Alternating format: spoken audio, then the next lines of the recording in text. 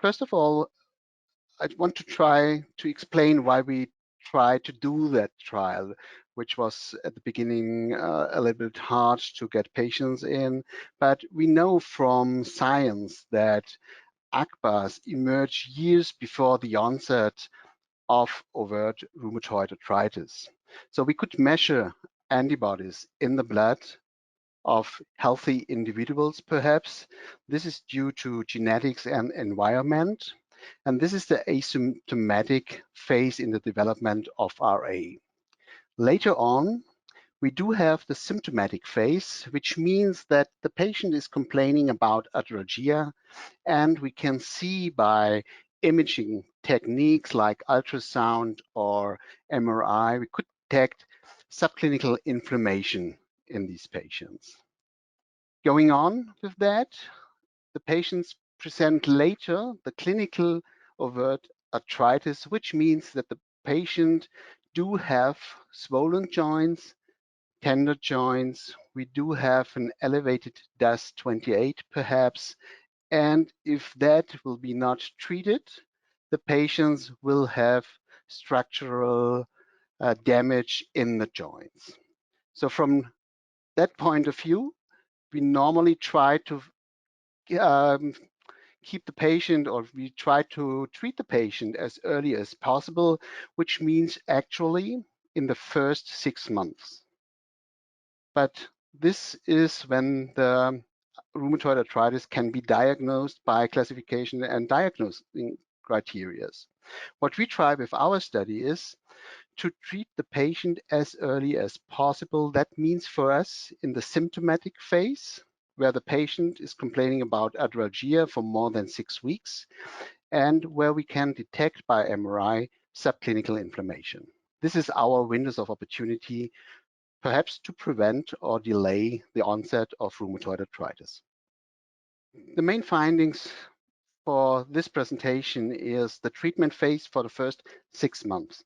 So we randomized the patients into placebo group and treatment group, which means that the patients in the treatment group did get Abatacept for 6 months, and then we have a follow-up phase for 12 months.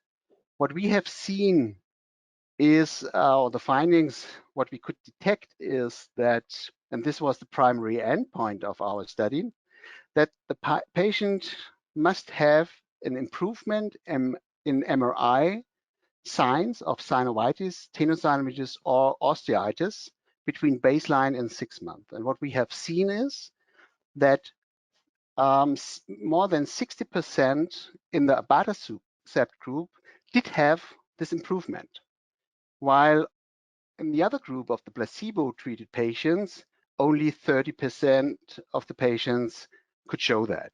So this was statistically highly significant. And so with that, this was a successful trial. But further on, we also measured if patients may have an early termination in each group. And there we also have seen that only 7 patients in the Abatacept group did have an early termination, while in the placebo group, 21 patients, which means 33% of the patients did have an early termination. And this was also highly significant. So we also saw that in the treatment group with Abatacept, only 4 patients did have a progression to arthritis, and with that, the diagnosis of rheumatoid arthritis, while 17 patients, which means 35% of the patients, did have that in the placebo group, so they develop a rheumatoid arthritis then. So this is our findings for now. And we're looking forward for the results of the 18 months, which means after 6 months of treatment, 12 months of follow-up.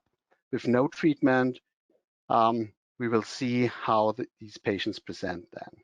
We know from the clinical side that there's still a significant difference between Abatacept-treated patients than placebo-treated patients.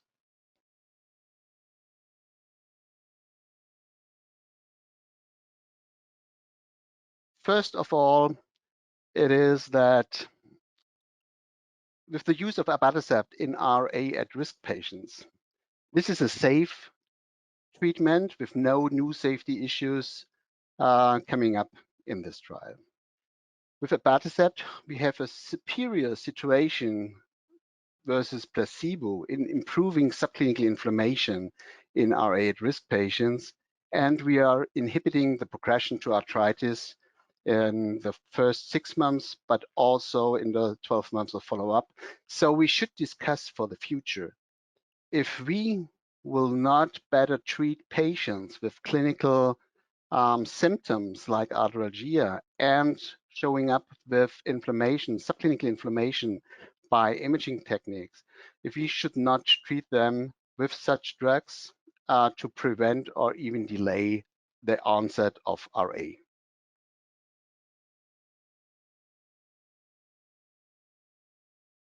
At the moment, there was the Prairie trial, which happened a while ago, where the patients were treated with rituximab, and they could also show a delay of the onset of RA, and even Abatacept did that.